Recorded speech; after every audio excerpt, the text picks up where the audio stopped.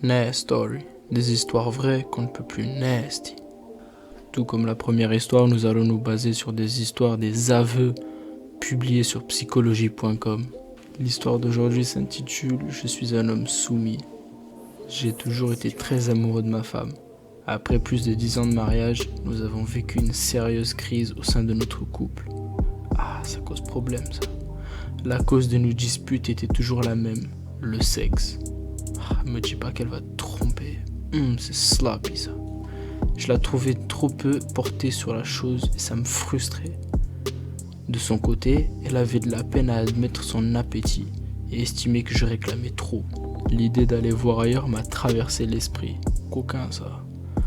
Mais je suis pour la fidélité et à part la sexualité, tout allait tellement bien dans notre couple que je trouvais dommage de ne pas essayer de trouver une solution. C'est honnête. Je me suis mis à consulter des sites internet spécialisés sur le couple et sur la soumission.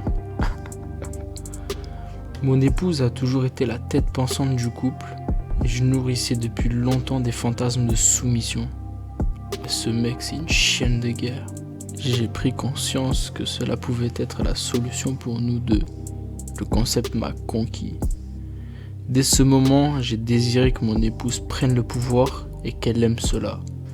Je lui ai fait part de mes désirs en lui offrant de devenir son chevalier servant.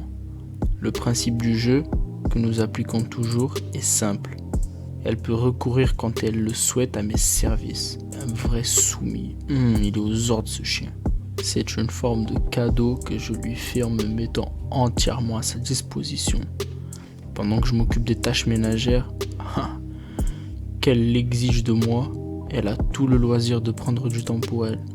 Mon but, c'est qu'elle soit complètement détendue et épanouie. Je lui ôte mon chapeau parce qu'au moins il sert sa femme. Et ainsi, plus disponible pour pouvoir me donner l'amour dont j'ai besoin. Au début, mon épouse a réagi avec tiédeur à ma proposition. Elle n'y croyait pas vraiment. Il a fallu du temps pour qu'elle accepte d'essayer. Il le voulait vraiment d'être un soumis. Puis enfin, qu'elle admette que cela était complètement plausible. Le système s'est lentement mis en place. Après quelques mois de ce fonctionnement, je ne lui mets désormais plus la pression pour avoir plus de sexe. Je ne réclame plus rien. C'est à elle de jouer. Je vaque à mon travail et me calque sans faillir sur son rythme et sur ses envies à elle. Mon épouse peut savourer l'obéissance et la promptitude de son homme.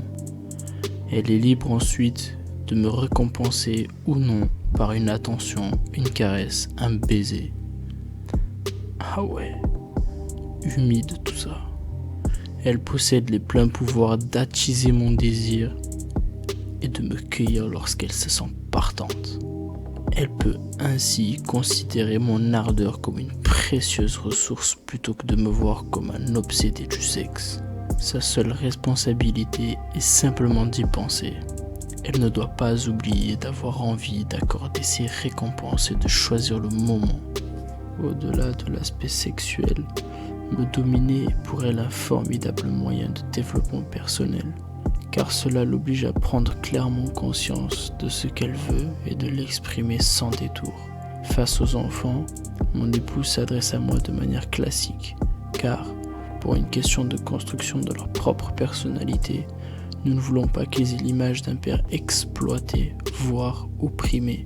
Je rends officiellement service à ma femme et nous donnons l'image d'un couple qui s'aime et qui s'entend bien. Il n'est pas non plus question que je m'écrase complètement. J'ai aussi le droit d'exprimer mes désirs et mes points de vue.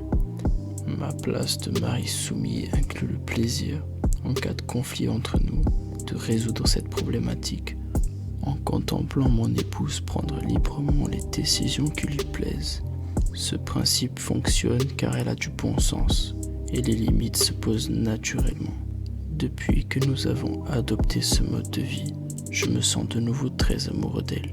Cela apporte l'intensité et du piment au sein de notre couple, même si j'aimerais qu'elle prenne plus la peine de considérer ma soumission et sa domination comme quelque chose de magique.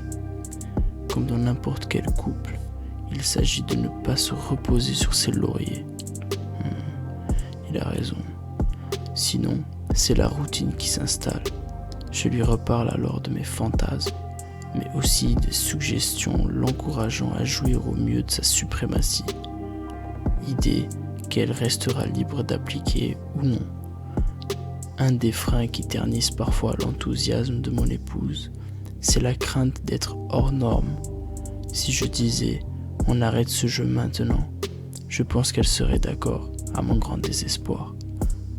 Notre mode de vie n'est pas standard, mais notre démarche s'inscrit dans une quête de bonheur et d'épanouissement. Être un mari soumis est une des manières d'y accéder qui me convient très bien. Quant à moi, mon degré de frustration avoisine maintenant le 0. Je te remercie d'avoir écouté. C'est comme ça que cette histoire se finit, ce petit aveu coquin. N'hésite pas à m'envoyer tes histoires délicieuses par Instagram. Et surtout, si t'as regardé seul, prochaine fois je te veux accompagner pour que ça aille là où tu sais très bien qu'on veut que ça aille.